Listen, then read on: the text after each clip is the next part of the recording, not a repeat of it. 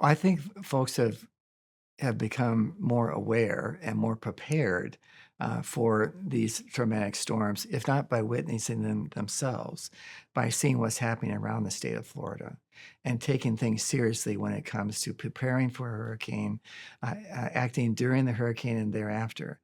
That we are looking at our vulnerabilities. We're actually measuring them and planning for them. We're taking adaptation plans and saying what is the most important things that we need to fix to maintain our water quality of our water, our wastewater delivery systems, our stormwater. Those things we have to do now to prepare for the future. I know that our Barrier Islands, they do not have the elevation to withstand sea level rise of any measure. And if we're going to continue to live on those Barrier Islands, most, if not all, the structures that we have are going to have to be raised above a predictable high water level. And that's going to take a tremendous investment. One of the things that we're doing now in Manatee County and in Sarasota and other places is we're looking at those barriers, as I mentioned, between water, the shoreline environment, and the upland systems, and converting those barriers into sloping and living shorelines.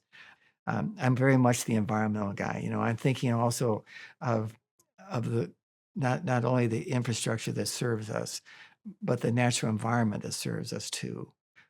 And so we have to change our paradigm for the way in which we evaluate and build infrastructure to take care of our stormwater systems because of the climate change driving storm frequency and intensity.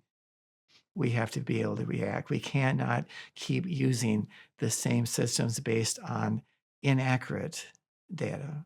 So we are building more wetland systems in the upper watershed to hold that water for not for days, but for weeks, sometimes as much as a month and a half before it can finally be let back into the system and come back into the reservoir. We don't have to accept the fate that we're going to just all go underwater because of warming atmosphere. We can operate and act to hold the water back at different locations. So from the coast to the heartland of the state of Florida, we're doing the right things over the next decades to offset the tremendous growth pressure that we have here in Florida. We're doing the right things from a standpoint of doing the right stewardship for lands that are important to us.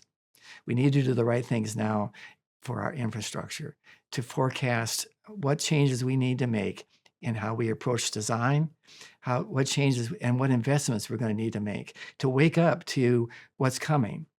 We are rebuilding those environments, that structure in the water, and I believe going to find a great amount of success in improving our water quality by literally letting Mother Nature do its thing.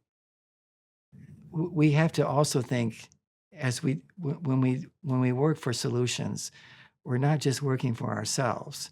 We're working for our children and our children's children because we have that obligation to carry, as parents, to carry those things forward and to make their lives better. We have a duty to that.